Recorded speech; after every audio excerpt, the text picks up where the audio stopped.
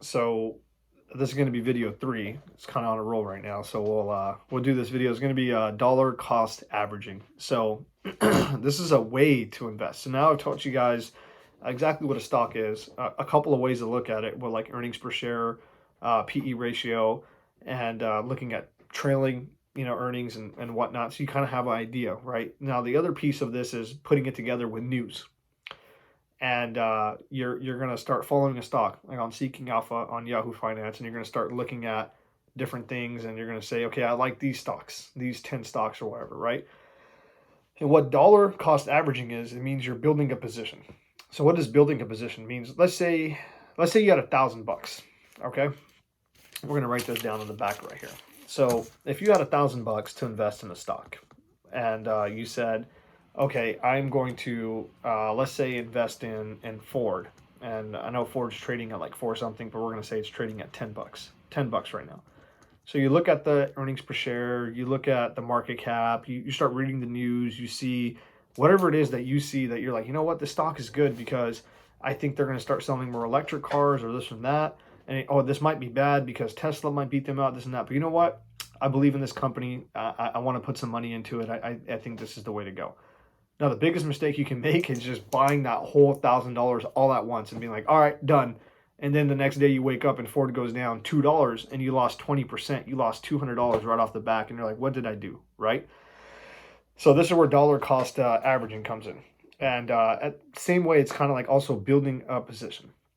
So what a dollar cost average means is you're going to average your stock purchasing power, down.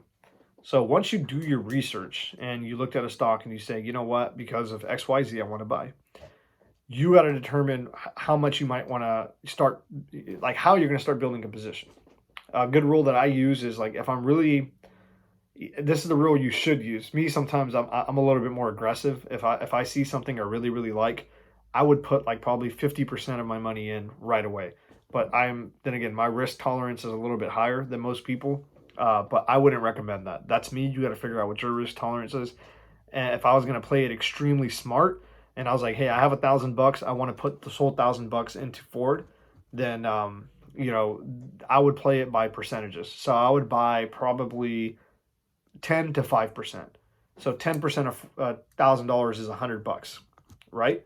So let's say you bought $100 of Ford stock. So you would have bought 10 shares at $10, right? So you have $900 now, in cash, and you have 10 shares of Ford. Well, then you wait a couple of weeks, you see how news is shaking up, and all of a sudden, let's say Ford goes down to $8, right? And you're like, wow, this thing got cheap. Yeah, you lost $20 in a sense, right? Because you lost 20% of the $100 you put in, but you're like, I still have $900 on the sideline. Let me buy another 10% or 5%. So you buy another $90 worth of stock at Ford at $8. So now you have another what is that? $8.88. So almost 11 shares. So now you have, plus the 10 you had originally, you have 21 shares, and you have 90 minus 900, $810, right? And then let's say Ford goes up to $9 like the next week or so, and then you buy another 10%, which is another $81 out of the 810. So you see what I'm doing there? Just of your money you had to the side, just buying at 10% chunks, right? And over the course of whatever you determine, over the course of a year, over the course of 6 months, over the course of 2 years, whatever you think, you've built a nice little position in that company, and you've averaged down, because sometimes you're going to buy high, sometimes you're going to buy low, but over that course, you've built a very strong and good position. And the only time you might determine, hey, I want to sell everything at once, is because you see something crazy happen, a life event happens, whatever, right? But this is a really smart way to kind of hedge yourself from losing a lot of money all at once. Because imagine, let's take a step back. Let's say you would have bought in February, right?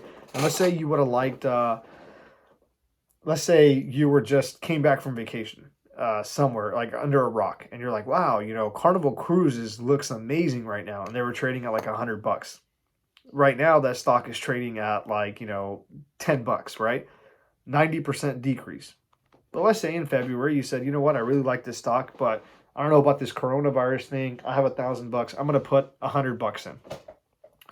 Okay, so you bought one share at $100, and you're like, oh, let's just see what happens in a month. Then 1 month later, you see the stock tumbling down towards $40. You're like, wow, this is really cheap.